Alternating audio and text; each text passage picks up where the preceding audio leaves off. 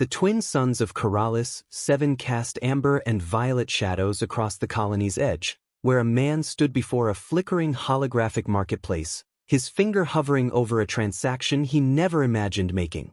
The silence in his home had become unbearable, not peaceful, but hollow, a vacuum that swallowed every sound. He wasn't looking for companionship when he scrolled through listings of domestic workers. He was looking for anything to fill the void. Then he saw her, marked defective with a price reflecting her worthlessness, and something in her copper eyes made him pause. Before we start, subscribe now so you don't miss more incredible stories like this one. Oh, and before we dive in, tell us in the comments where you're watching this video from. We love hearing from you. Ethan Voss moved through his darkened home like a ghost. At 42, grief had carved hollows beneath his eyes. 8 months since Sarah died, and he'd been merely surviving. The holographic marketplace glowed before him, displaying beings from across known space, all available under the Concord's bonded labor system. His fingers scrolled until a glitch revealed discounted acquisitions. As is condition, she arrested his attention. Skin like storm clouds shifting blue and gray. Elegant bone structure, large copper eyes that held profound sorrow. Her hair fell in an intricate braid, nearly black with deep blue hints. Species, Lyran. Homeworld, destroyed. Age, 27 standard years. Skills, culinary classification, defective, sensory sensitivity. Bond price, 400 credits. Most listings started at 5,000. Before he could reconsider, he pressed the transaction button. Next morning, the transport arrived. A Velcarian official emerged, rust-colored skin moving with bureaucratic efficiency. Ethan Voss. That's me. Retrieve asset LY 7743. She appeared from the shadows, moving carefully on bare feet, taller than expected, perhaps 5 feet 9 inches, with an ethereal quality the hologram couldn't capture. She wore restraints, thin metallic bands around her wrists. Her name? Ethan asked. The official blinked, surprised. Designation is LY 7743. Original registration. The Lyran woman made a slight movement, acknowledging the conversation. Ethan signed without reading, then approached her slowly. He knelt to reach her wrists. I'm going to remove these now. Her hands trembled. I'm Ethan, and you're not property. Not in this house. The restraints fell away. For the first time, her eyes lifted to meet his. Those copper eyes were enormous, flecked with gold and bronze. But more than beauty, they carried profound weariness mixed with hope. The moment lasted only a second before she looked down again. The official departed, leaving them in awkward silence. Let's get you inside. It's quieter there. He walked toward the house without looking back. After a moment, bare feet followed. Inside, her shoulders lowered in the dimmer light. He led her to the kitchen. She moved slowly through the space, fingers trailing along counters. At the window overlooking an overgrown garden, she pressed her hand against the glass, lips moving silently. The garden belonged to my wife. She grew herbs. I haven't maintained it since she died. She turned to look at him directly. You lost someone. Her voice shocked him, rich and resonant, carrying harmonics like singing. Just 8 months ago. I lost everyone 3 years ago. The simple statement bridged the vast gap between them. I'm sorry, Ethan said. I'm sorry, she echoed. He gestured toward a door. Your room. It has a window and a bathroom. If you need anything, let me know. She paused at the threshold. You removed my chains. They shouldn't have been on you. Most wouldn't remove them. I'm not most. She studied him. Those copper eyes searching. Whatever she found satisfied something, because she nodded and slipped through the doorway. From her room, he heard running water. The sound was oddly comforting, a sign of life in a house that had been a tomb. For the first time in 8 months, the silence didn't feel quite so suffocating. But what neither of them understood yet was that removing those chains had been the easy part. 3 days passed in careful avoidance. On the 4th day, Ethan found a note, market allowance requested for fresh ingredients. He immediately authorized an account. That evening, she returned with cloth bags full of glowing vegetables, expensive earth herbs, strange Thosian fruits. The meal she prepared was extraordinary, each dish designed to awaken suppressed senses. Through her closed door, he heard singing, soft and haunting, carrying emotion that needed no translation. On the fourth evening, Ethan timed his arrival to coincide with her cooking. She stood at the counter, back to him, hands moving with choreographed precision. She'd pinned her braid up, revealing a graceful neck and luminescent skin. "Good evening," Ethan said. She tensed, then turned, holding a knife with casual competence. "Good evening. What are you making?" "Vakla stew. Traditional from my world." She hesitated. "From what my world was. May I watch?" "You may stay." Ethan pulled up a stool. Her hands moved with rhythm beyond technique. This was meditation. "You learned this from your family." "From my grandmother on Lyria. We believed food carried memory. She made me memorize everything. Now I understand she was ensuring something would survive." "Does it help?" "Yes and no. It reminds me of loss, but also that I'm still Lyran. The food becomes evidence we were real, that we mattered." "Does it bother you that I cook food from a dead world?" "No. It bothers me that your world died at all." She turned to look at him fully. "Most humans don't think about the scourge wars. Most humans are cowards about uncomfortable truths. My wife used to say our greatest failing was our ability to compartmentalize atrocity." "Your wife was wise."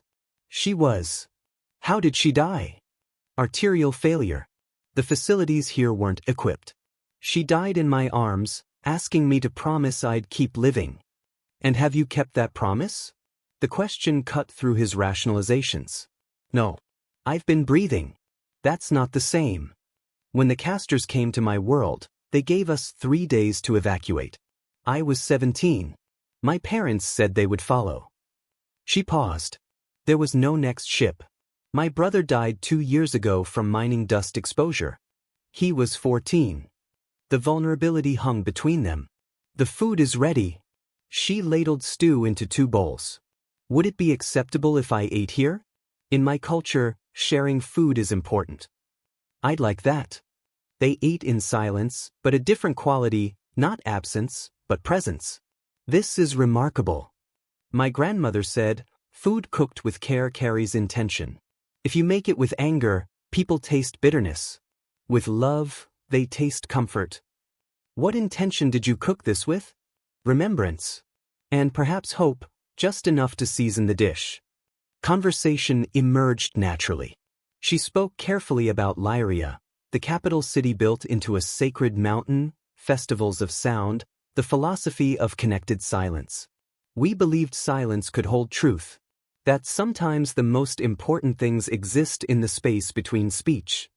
I've been living in silence for 8 months.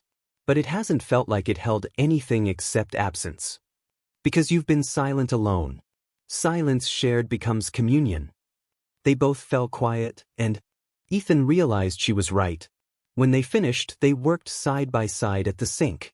Their arms occasionally brushed, and each time she showed a slight increase in alertness. "Can I ask about your sensitivity?" "Lyrans evolved under specific conditions. Our home star produced less intense light. We see well in low light, pick up subtle variations, hear frequencies other species can't. But bright light, loud sounds can be overwhelming, sometimes painful." "Is it painful here?" "No. Your settings are comfortable. It's the first place since Lyria where my body hasn't been in constant distress." The casual mention of years of suffering made something clench in his chest. "If there's anything I can adjust, tell me. This is your home too." She turned to look at him fully. "You keep saying things like that. Why?" "Because it's true. But I'm bonded labor. The contract gives you complete authority. Why don't you exercise those rights?" "Because the contract is..." He stopped. "You're a person, not property. I may have been desperate enough to participate in this system, but I'm not deluded enough to believe it's moral." She stared, copper eyes wide. "I don't understand you.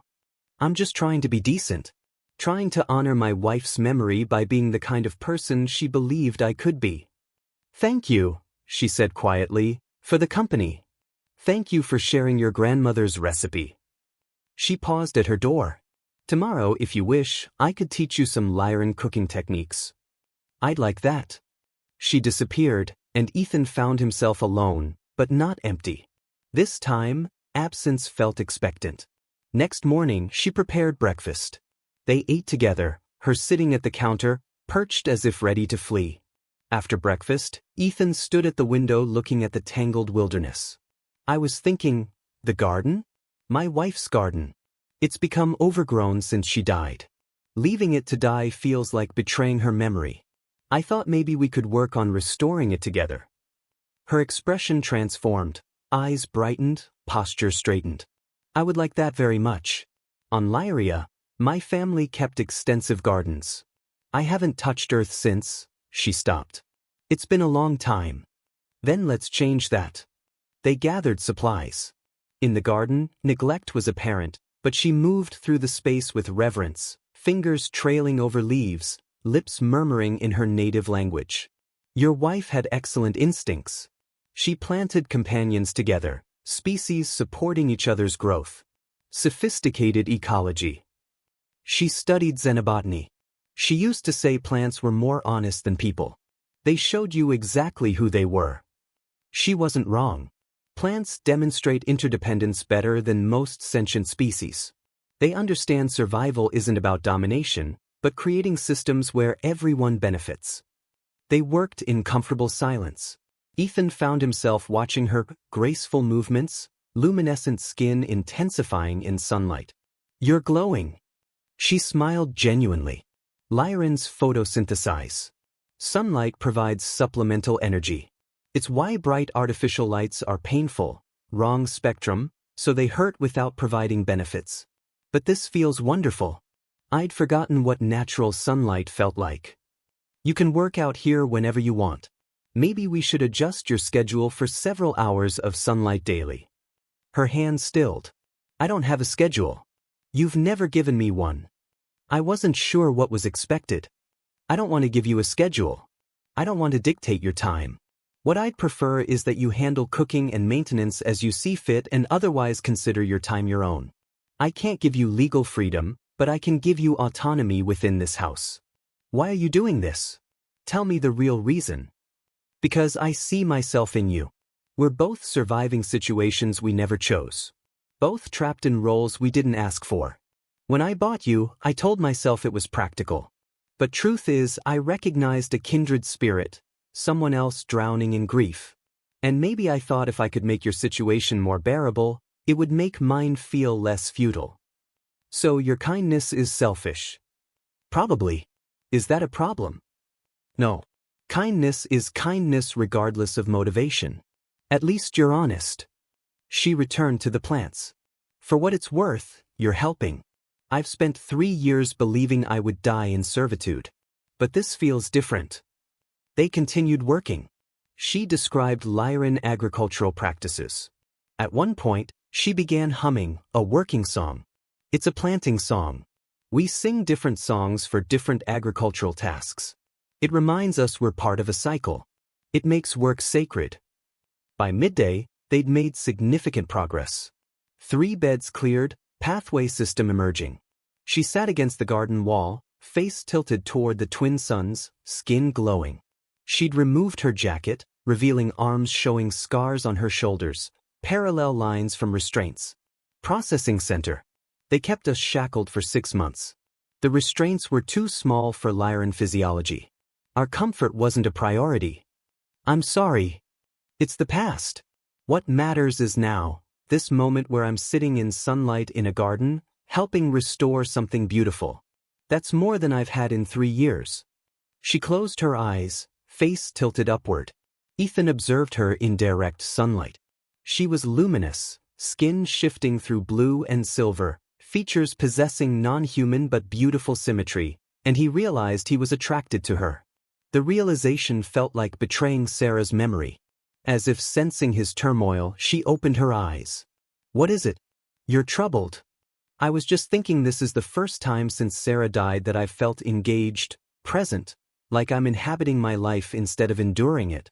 And I feel guilty, like I'm betraying her memory by finding any joy. She knelt beside him.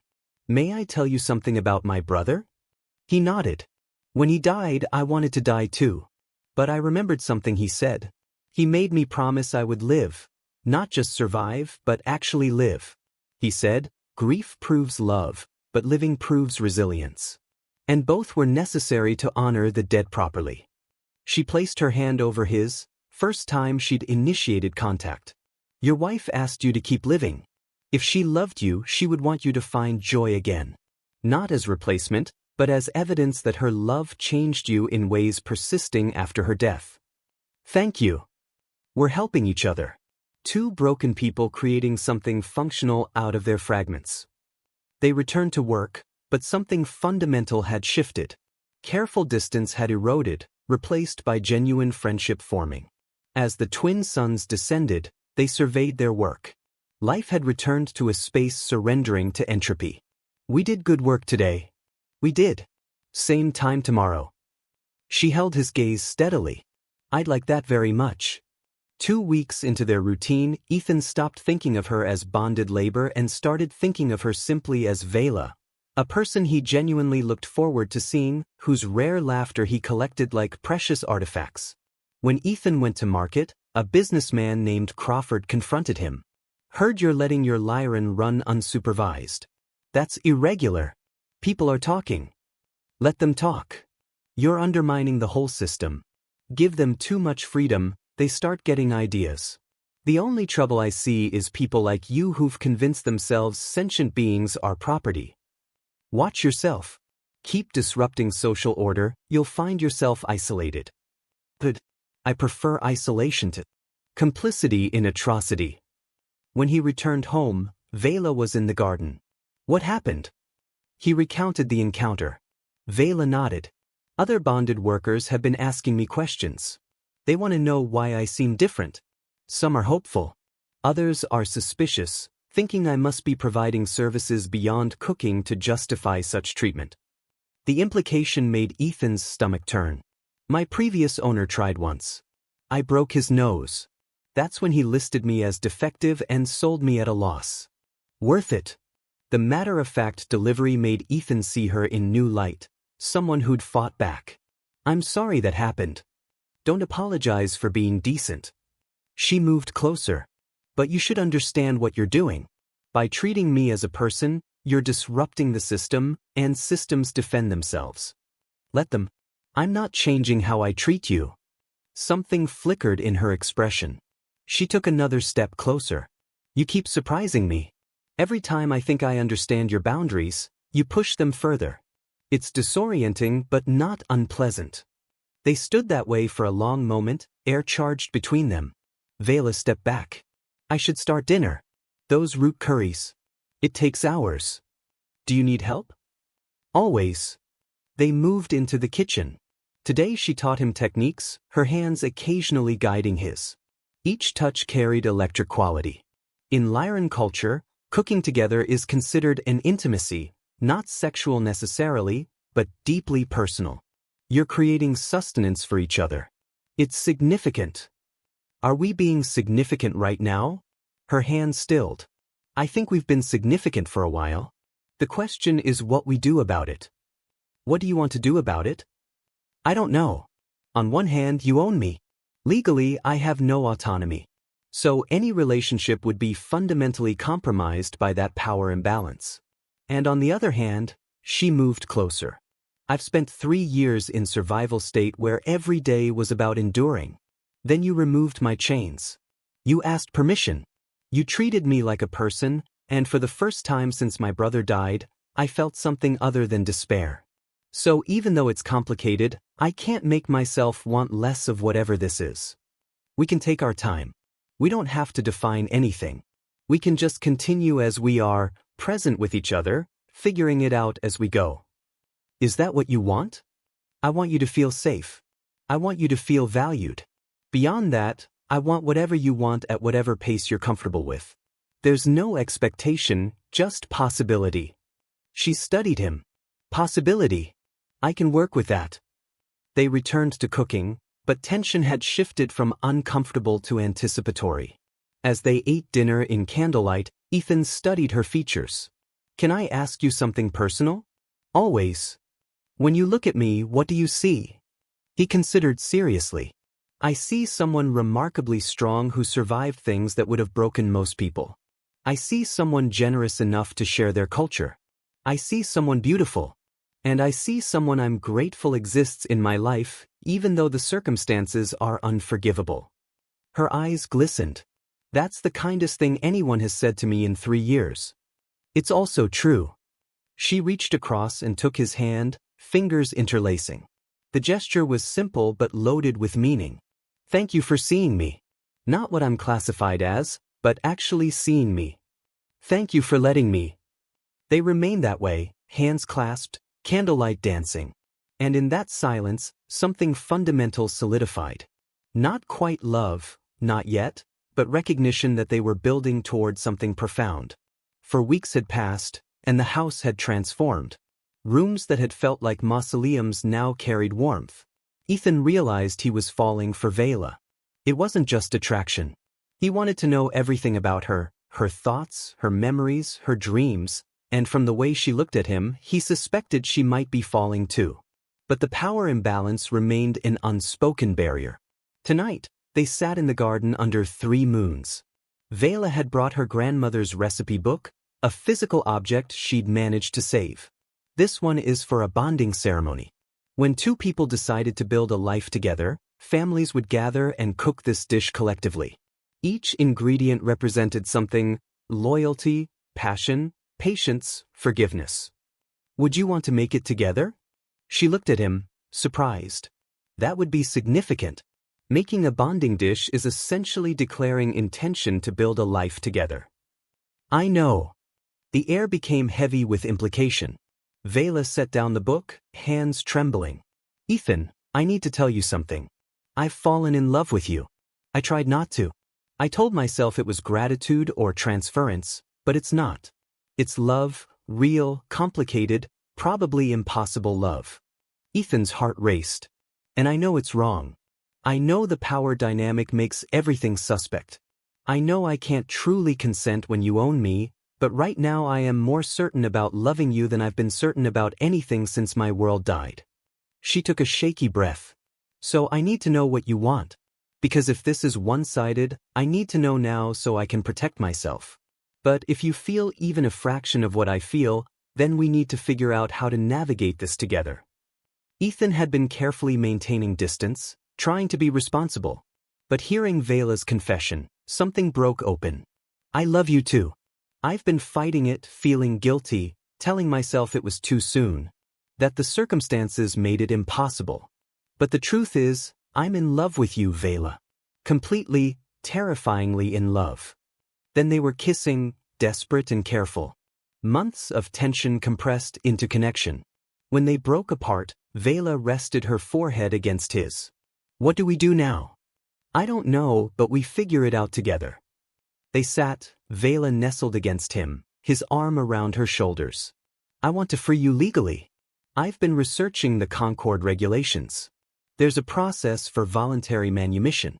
It's expensive and bureaucratic, but possible. That could take years. I don't care how long it takes or what it costs. I want you to be free so that whatever we build, it's built on choice, not legal coercion. And in the meantime, we keep doing what we're doing. We're honest. We build trust. We acknowledge the complexity without letting it paralyze us." "You make it sound simple." "It's not simple at all. It's probably the most complicated thing I've ever tried to navigate, but you're worth the complexity." She smiled. "I love you. I love you too." And the words felt less like betrayal and more like honoring the promise he'd made Sarah to keep living. They stayed in the garden for hours, talking, kissing, existing together without boundaries. Vela described her dreams to open a restaurant showcasing Lyran cuisine, to help other refugees preserve their traditions. Ethan shared his own dormant dreams, to leave the colony, explore other systems, write about interspecies relationships, and challenge dehumanizing systems. "We could do that together when I'm free. Is that what you want?" "More than anything." It will happen. Whatever it takes.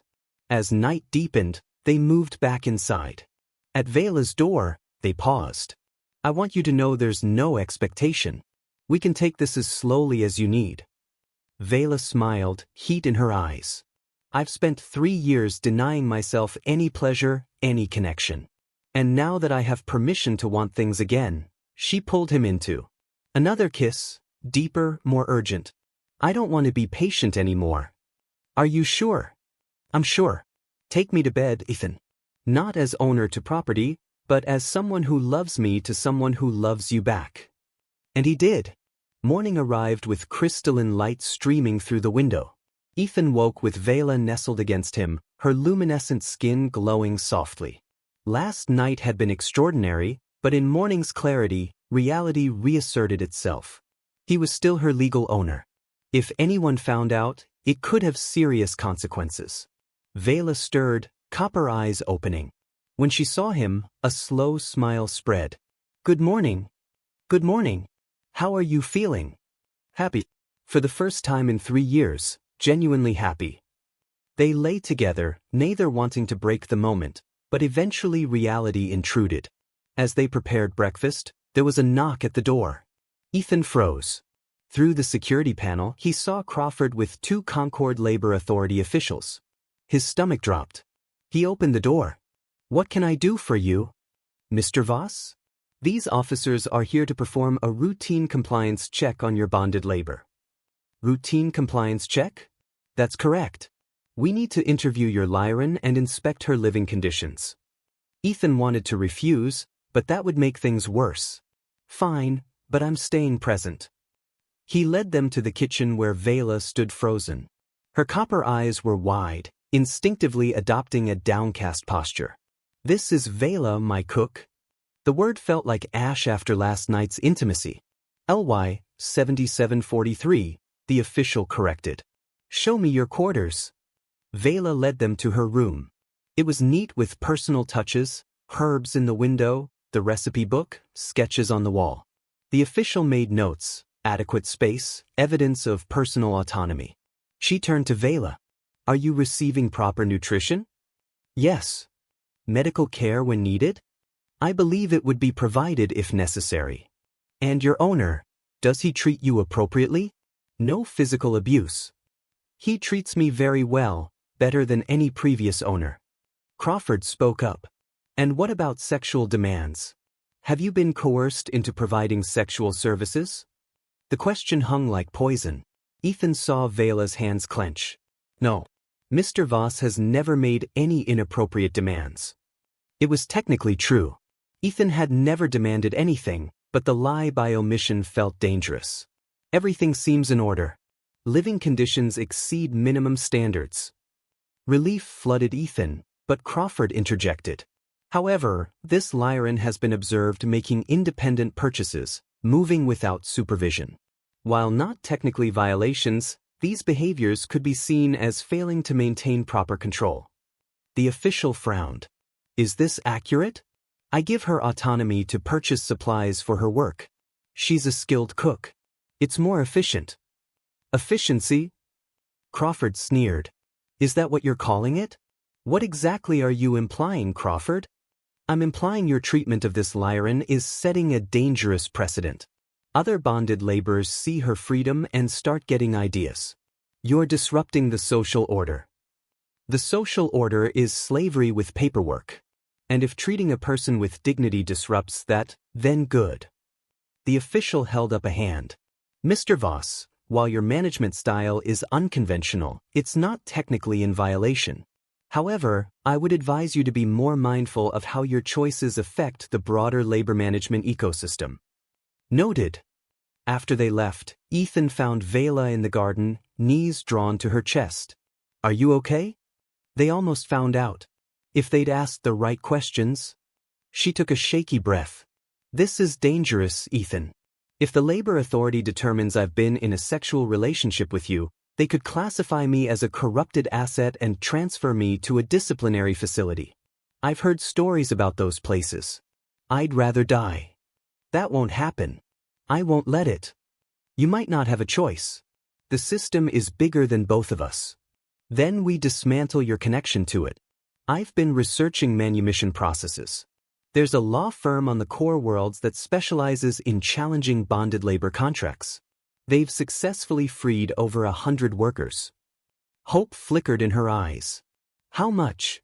50,000 credits for legal fees plus 30,000 for contract termination. Hope died. Ethan, that's everything you have. Your entire savings. You'd be financially devastated. I'd still have the house, my consulting contracts, and you. That's more than enough. But. No buts. I'm doing this. I've already contacted the law firm and started the paperwork.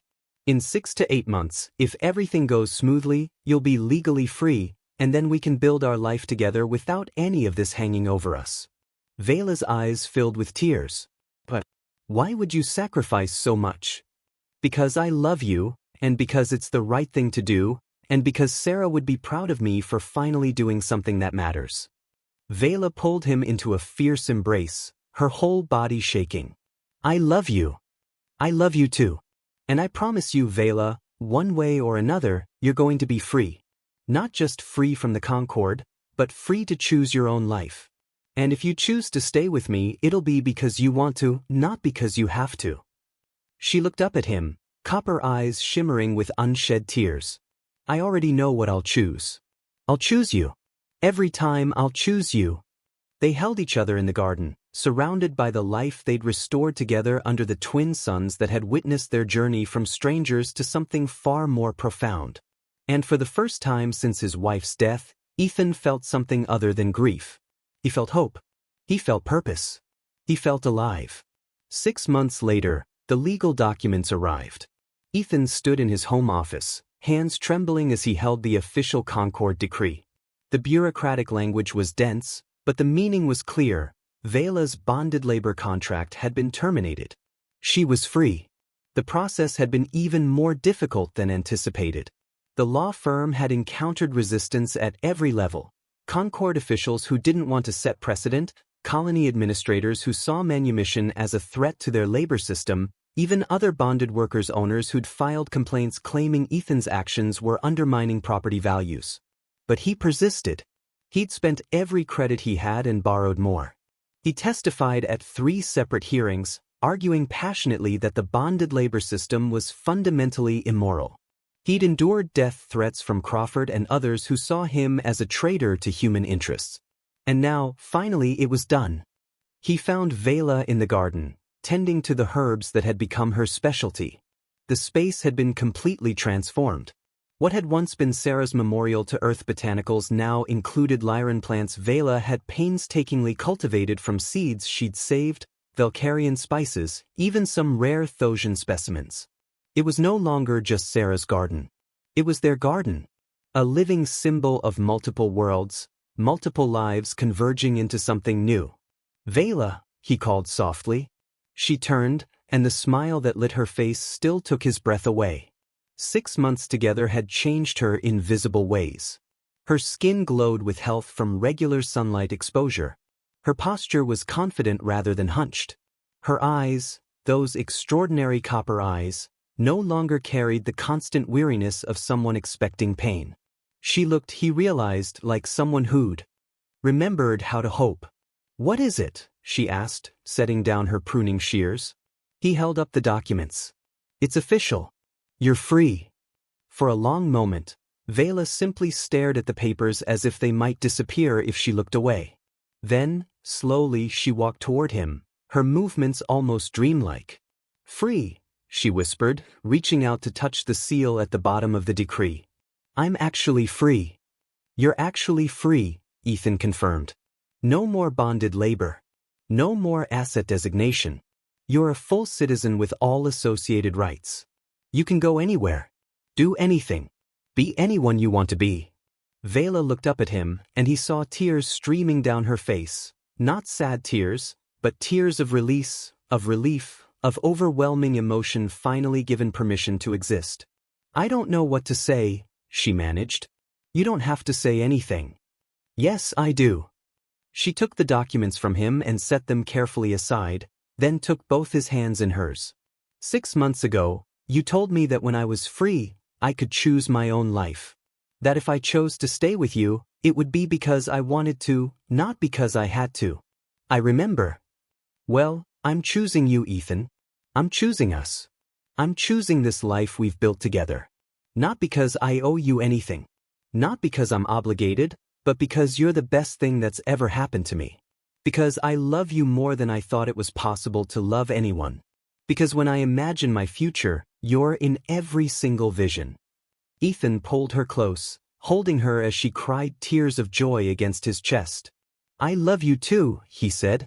And I promise you, we're going to build a life together that honors everything we've both survived, everything we've both lost, everything we've both found.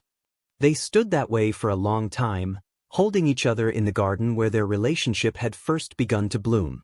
Eventually, Vela pulled back slightly, wiping her eyes. So, what happens now? Now. Ethan smiled. Now we start the next chapter.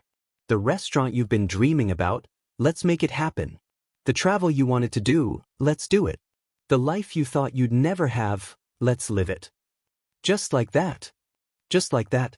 Well, not quite. We'll need to plan, save money, figure out logistics. But yes, all of that. All the dreams you put on hold for 3 years. We resurrect them together. Vela's smile was radiant. I want to cook the bonding dish. The one from my grandmother's book. The one I showed you that night under the moons. Are you asking me to marry you? Ethan asked, his own smile widening. I don't know if humans use the same terminology, but yes. I'm asking you to build a formal, recognized, permanent life partnership with me. The Lyran way, the human way, whatever way allows us to stand together and tell the universe that we choose each other. Then yes, Ethan said without hesitation. 1,000 times yes. They kissed then, deep and passionate and full of promise. Around them, the garden buzzed with life, native Corylus insects pollinating the mixed-world plants, birds from 3 different ecosystems calling to each other, the breeze carrying scents of a dozen different species of herbs and flowers. That evening, they cooked the bonding dish together. It took hours. The recipe required perfect timing, constant communication, a harmony that could only come from 2 people who truly understood each other. Each ingredient went in with intention, loyalty, passion, patience, forgiveness, hope, resilience, and love above all else. When it was finally done, they sat together at the kitchen counter and ate. Each bite a promise, each flavor a memory, each shared mouthful a declaration of a future they would create together. You know, Vela said between bites, when I was in that processing center 3 years ago, chained up and hurting and alone, I used to have a recurring nightmare. I dreamed that I would die in servitude, that I would never taste freedom again, that I would never know love or joy or purpose, that my life would end without meaning, just another casualty of a system that treats people like commodities. And now I have a different dream. I dream about our restaurant. I dream about cooking for people and seeing their faces light up when they taste something extraordinary. I dream about writing a cookbook that preserves Lyran culinary traditions for the refugees who've forgotten them. I dream about waking up next to you every morning for the rest of my life. I dream about building something beautiful in a universe that tried very hard to break both of us. We'll make those dreams real, Ethan promised. Every single one of them. 3 months later, they held a ceremony in the garden. It was small, just a handful of people who'd supported them through the legal battles. The officiator was the lawyer from the core worlds who'd fought so hard for Vela's freedom. The witnesses included 2 other bonded laborers. Ethan and Vela had helped start their own manumission processes, using their case as precedent. Vela wore traditional Lyran ceremonial attire she'd painstakingly recreated from memory, deep blue robes that shimmered in the light, intricate silver threading in patterns that told the story of her people's agricultural traditions. Her grandmother's recipe book held like a sacred text. Ethan wore a simple suit, but on his lapel he'd pinned a small cutting from Sarah's original herb garden. Something blue, something old, something that honored where he'd come from even as he stepped into this new future. They spoke their vows under the twin suns with the 3 moons just beginning to rise on the horizon. I vow to see you, Ethan said, his voice steady despite the emotion threatening to overwhelm him. Not as property, not as a category, not as anything other than the extraordinary person you are. I vow to support your dreams, honor your pain, celebrate your joy, and stand beside you in whatever challenges we face. I vow to trust you, Vela replied, her copper eyes shining. To believe in your goodness, even when the world tells me I shouldn't. I vow to share my culture with you, to cook with intention, to create beauty in the spaces we inhabit. I vow to remember that choosing you is an act of freedom and to never take that freedom for granted. They exchanged rings, simple bands engraved with words in both English and Lyran script. On Ethan's ring, connected silence. On Vela's, sacred work. When they kissed, sealing their vows, the small gathering erupted in applause. And in that moment, surrounded by people who'd fought alongside them, standing in a garden that symbolized resurrection and renewal, they began their life together, not as owner and property, not as human and alien, but simply as two people who'd found each other in the darkness and chosen to walk toward the light together. The reception was held in the house with food Vela had prepared, a fusion menu that honored multiple worlds, multiple traditions, multiple ways of being. As guests ate and celebrated, Vela pulled Ethan aside. "Thank you," she said quietly. "For what?" "For removing my chains that first day. For seeing me as a person when everyone else saw an asset. For sacrificing your financial security to buy my freedom. For loving me when I'd forgotten how to believe love was possible." "You don't need to thank me for any of that," Ethan said. "You changed my life as much as I changed yours. You reminded me what it meant to be alive instead of just surviving. You gave me purpose when I thought I'd lost it forever. You helped me honor Sarah's memory by becoming the person she always believed I could be." "Still," Vela insisted. "Thank you for everything." "Thank you," Ethan replied. "For choosing me, for trusting me, for building this life with me." They kissed again, soft and gentle, a promise renewed.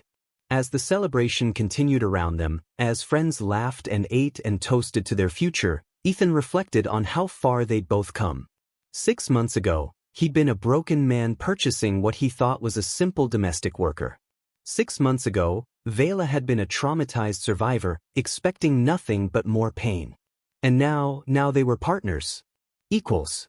Two people who'd taken the worst thing the universe had thrown at them and transformed it into something beautiful. The road ahead wouldn't be easy. They still lived in a colony where the bonded labor system remained entrenched. They still faced prejudice from humans who saw interspecies relationships as aberrant. They still had to navigate the complex grief of their respective losses while building something new. But they would do it together. In the garden they'd restored, in the house they'd transformed from mausoleum to home, in the life they were creating, one meal, one touch, one shared silence at a time. As night fell and the moons rose fully, casting their pale light across the celebration, Vela took Ethan's hand and led him back to the garden. They stood among the plants, earth herbs and Lyran flowers, Valkyrian vegetables and Thosian fruits, all growing together in harmonious ecology. "This is what I want our life to be," Vela said, gesturing at the diverse garden. "Different worlds, different traditions, different ways of being, all coexisting in beauty, all supporting each other's growth, all creating something that couldn't exist if any single element were missing. Then that's what we'll build," Ethan promised. "A life that honors all of it. The joy and the sorrow, the human and the Lyran, the past and the future, all of it together." They stood in connected silence, holding each other, watching the stars emerge in Coriolis 7's violet sky. And in that silence, they found what they'd both been searching for since their worlds had been shattered. Not an ending, but a beginning. Not an escape from pain, but a transformation of it into purpose. Not a return to who they'd been, but an evolution into who they were becoming. Two souls from different worlds finding in each other the thing that the universe had tried to take from them: hope, dignity, and the radical belief that love could transcend even the most impossible circumstances. And it was enough. More than enough. It was everything.